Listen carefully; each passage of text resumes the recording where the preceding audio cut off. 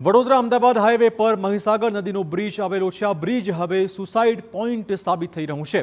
છેલ્લા કેટલાક સમયથી આ બ્રિજ પરથી ઝંપલાવી આત્મહત્યા કરવાના કિસ્સા વધ્યા છે। ખેડાના વાસદ અને વડોદરાના ફાજલપુર ગામની હદમાંથી પસાર થતી મહીસાગર નદી પરના જૂના બ્રિજ અને નવા બ્રિજ પરથી જે રીતે આત્મહત્યાની ઘટના વધી રહી છે તે મુદ્દે ફાજલપુર ગામના લોકો લાંબા સમયથી જાળી लगावવાની માંગ કરી રહ્યા છે।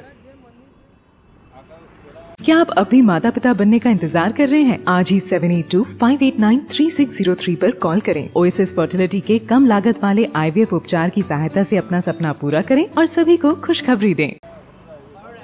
वडोदरा अमदावाद हाईवे पर आवेल खेड़ा नजीकનું જે ફાજલપુર ગામ છે ત્યાંથી મહીસાગર નદીનો બ્રિજ પસાર થઈ રહ્યો છે અને આ બ્રિજ સુસાઇડ પોઈન્ટ બની રહ્યો છે। 2020 થી 2023 સુધી લગભગ 24 થી વધુ લોકોએ અહીંથી આત્મહત્યા કરી છે। મહીસાગર નદીનો આ બ્રિજ ટૂંકો હોવાને કારણે જિંદગીથી કંટાળેલા લોકો આત્મહત્યા કરવા માટેનું આ સરળ સ્થળ સમજી રહ્યા છે। સ્થાનિક જે ગ્રામ પંચાયતના આગેવાનો છે તેઓ દ્વારા, પોલીસ દ્વારા અને અન્ય સંબંધિત જે લોકો છે તેઓ દ્વારા અવારનવાર નેશનલ હાઈવે ઓથોરિટી સહિત જે સંબંધિત એજન્સીઓ છે તેઓને રજૂઆત કરવામાં આવી છે કે આ સ્થળે જાળી બનાવવામાં આવે અથવા તો જે દિવાલ છે તે ઊંચી કરવામાં આવે। ટૂંકી દિવાલ હોવાને કારણે અહીંયા આત્મહત્યા કરવા માટે લોકો આવી જતા હોય છે।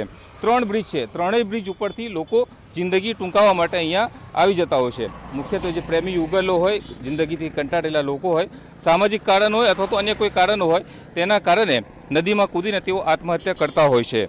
જે આંકડા આવી રહ્યા છે તે ચિંતાજનક બાબત છે।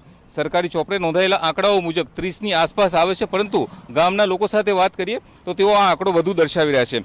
કેટલા સમયથી આ સમસ્યા છે, લોકો કેમ અહીંયા આત્મહત્યા કરવા માટે આવતા હોય છે? આ કાયમી સમસ્યા છે સાહેબ, અને આ પારી જો કરી ઊંચી બનાવવામાં આવે અને જાળી નાખવામાં આવે તો આ સમસ્યા થોડી હલ થાય એવી છે। કેમ લોકો અહીંયા આત્મહત્યા કરવા આવતા? હવે સાહેબ એમની કંઈ હશે કંઈ મજબૂરી હોય તો આત્મહત્યા કરતા હોય ને, પણ અમે તો બચાવવાને જતા હોય પણ આ પહેલાં તો કૂદીને પડી જતા હોય। ત્રણેય બ્રિજ છે, કેમ આત્મહત્યા કરવા માટે આ સરળ જગ્યા માનવામાં આવે છે? સરળ જગ્યા સાહેબ એટલે માનવામાં આવે કે આની પર કોઈ જારી બારી છે ને અંદર જવા માટે રોડ ક્રોસ કરીને જાય ને તો કોઈ બીને ખબર પડી જાય કે આત્મહત્યા કરવા જાય। આમાં શું કે અહીં આગળ ગાડી મેળવીને છલાંગ મારી જ શકે એવું છે, એટલા માટે આ સરળ લાગે છે કે ગમે ત્યારે આ અહીં આગળ આને જે સ્પોટ છે આનો નાનો છે અને કંઈક જારી બારી મારે ને તો એનો સ્પોટ જરા મોટો થઈ જાય તો કંઈક એની બચાવવાની પેલી થઈ શકે। તમે અત્યાર સુધી ક્યાં ક્યાં રજૂઆત કરી છે કે આ જે પાળી છે તે ઊંચી કરવામાં આવે અથવા તો જાળી બાંધવામાં આવે તેના માટે? મેં સાહેબ એમએલએ સાહેબને બી રજૂઆત કરી છે, હાઈવે ઓથોરિટીને બી અમે રજૂઆત કરી છે, ગામના વડીલો એને બધાએ। અને મારી તો સાહેબ સરકારશ્રીને એટલી વિનંતી છે કે આ જે થઈ રહ્યું છે બહુ ખોટું થઈ રહ્યું છે સાહેબ।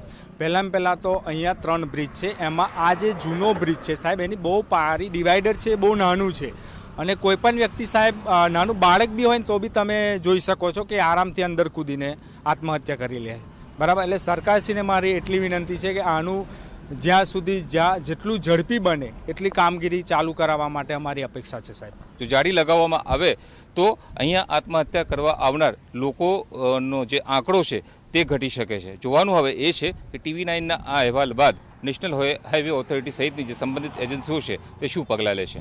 કેમેરામેન નિકી સોની સાથે યુનુસ ગાઝી, TV9 ફાજલપુર, વડોદરા।